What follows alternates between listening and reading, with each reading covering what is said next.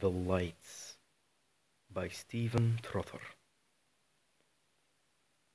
On the southern edge of a small town of Ranville, there is a wide unlit road that separates the town from a wild and thick forest. 3 houses adorn the northern edge of the road. They are the homes of the Peters family, old Mrs. Abernathy and Joshua Daniels respectively, and they look out across the road upon the forest that the sun can scarcely pierce.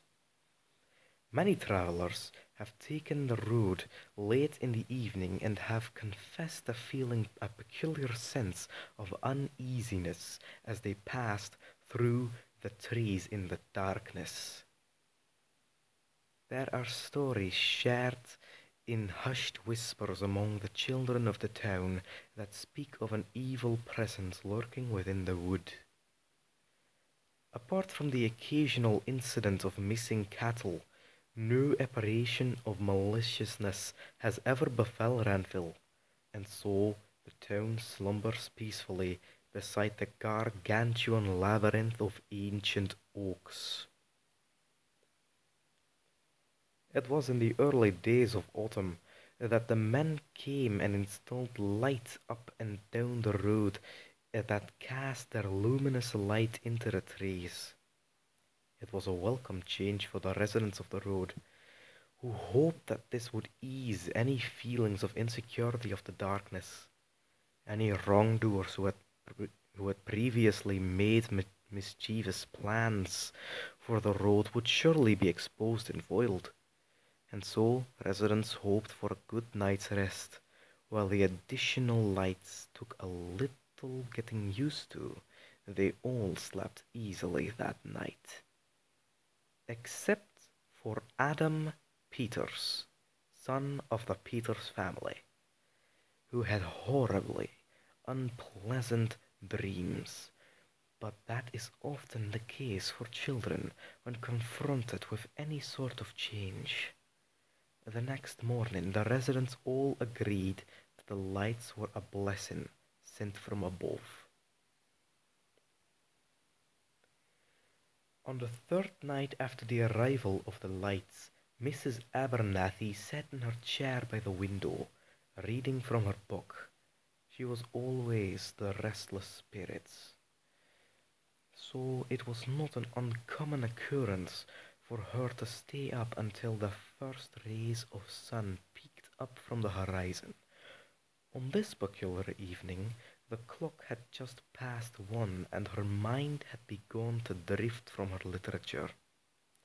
She looked out of her window upon the illuminated street. Everything seemed much clearer to her, and she took some small pleasure in watching the trees creak ever so slightly in the wind. The leaves engaged in subtle ritualistic dances and the branches swayed so unsteadily. Then something caught her eye. Some bushes that didn't match the natural rhythm the others seemed to share. It would have been easy. It could have easily been some nocturnal animal of the wild attending to its business, and yet Mrs. Abernathy felt uneasy. Perhaps it was the result of her imagination captivated by the late night reading, but she could swear she saw. She could swear she felt that the more she watched the disturbance, the more she felt she was being watched herself. Slightly disturbed by the ordeal, she drew her blinds and returned to her book in an effort to take her mind somewhere else. By the time morning came, she had forgotten all about the late night observations.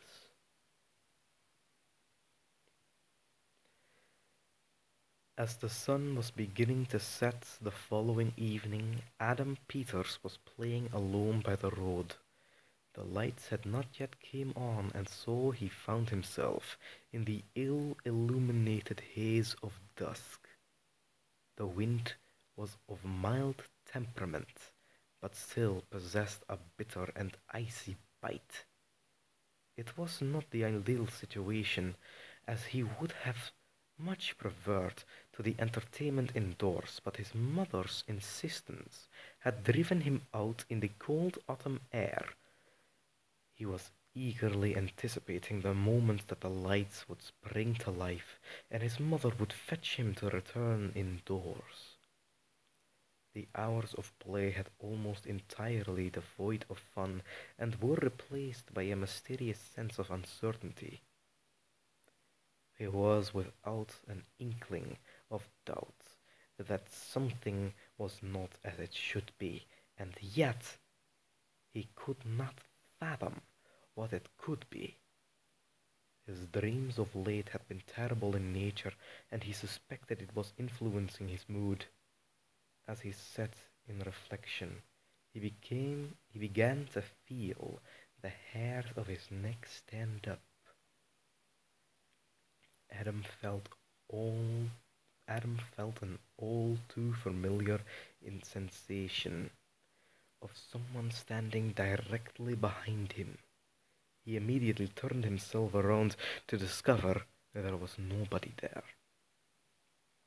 This was perplexing to Adam, as he was certain he could sense the presence of another person. And he scanned the neighboring houses, and there was no visible signs of any other residents going about their business outdoors. Just as he was beginning to doubt himself, he heard the voice of his mother calling for him.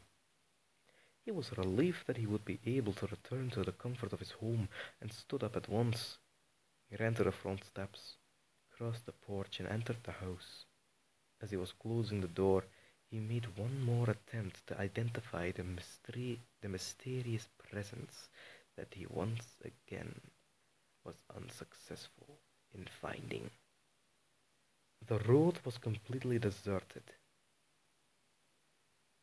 and no one was to be found. Later that night, Joshua Daniels awoke from a peaceful slumber by an unpleasant sensation of dryness of the throat. His thirstiness evicted him from his bed and carried him downstairs to the kitchen, where he fetched a glass tumbler and filled it with water directly from the tap. The clock in his kitchen told him that it was nearing 3, which irritated him immensely, as he knew his remaining hours to precious sleep would be insufficient for the day ahead.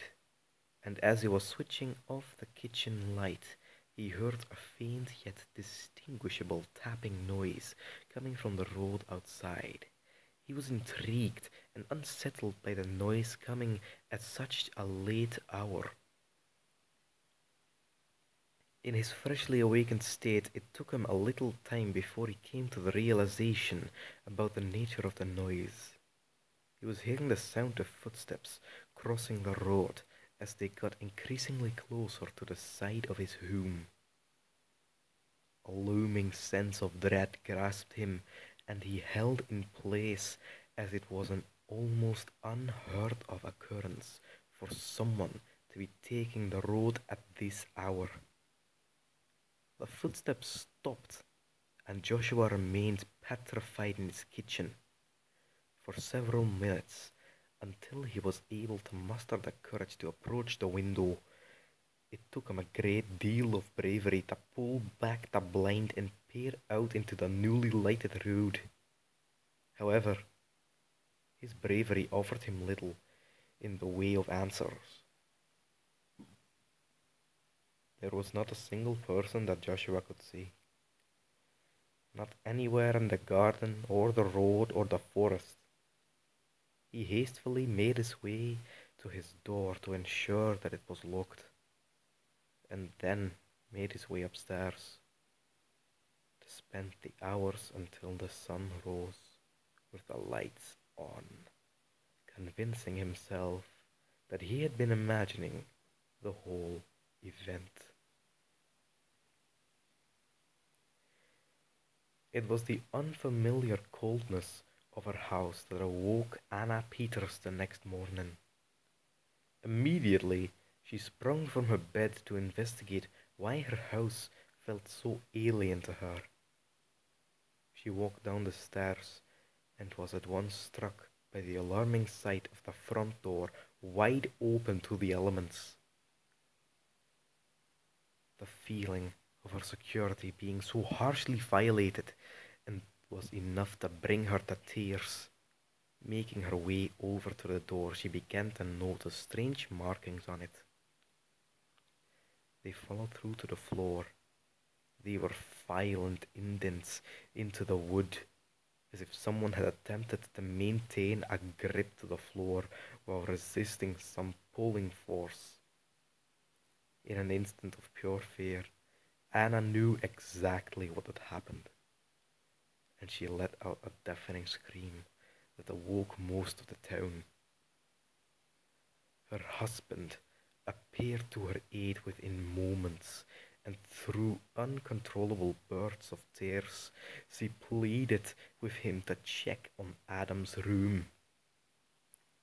When she entered his son's room, he confirmed the darkest fears of his wife. Their son was nowhere to be seen. He sprinted out into the middle of the road, desperately calling his son's name. Adam! Adam! But to no avail. Perhaps if he had not been so distressed, he would not have overlooked a torn piece of his son's shirt that hung nonchalantly by the edge of a bush at the mouth of the forest. The rest of the day was a tempest of confusion, anger, and fear for the residents of the road. Many of the men of the town were called upon to search for the young boy, but hours upon hours of searching offered no clues to his fate or whereabouts. There was nothing. Joshua didn't speak of the events that had befallen him the night before, due to some combination of fear, denial, and guilt. But it did motivate him to take some sort of action. He emerged from his home with his tool set and set about deactivating each and every light that had made him feel so safe. Joshua knew now, as did the other residents, that sometimes it is best for the darker places of the world to remain unilluminated.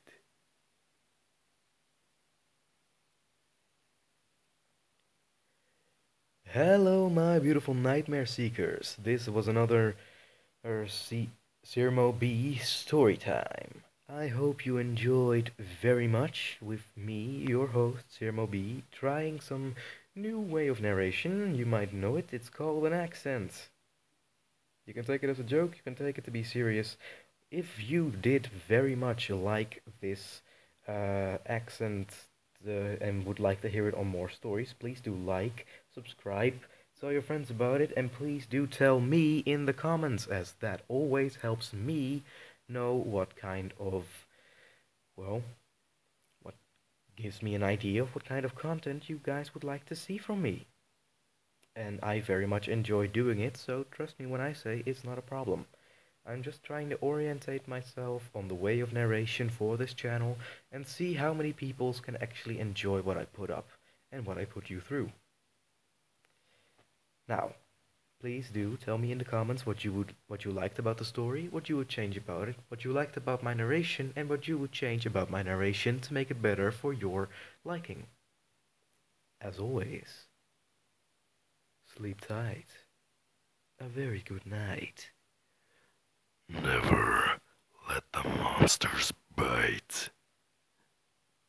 And enjoy the madness.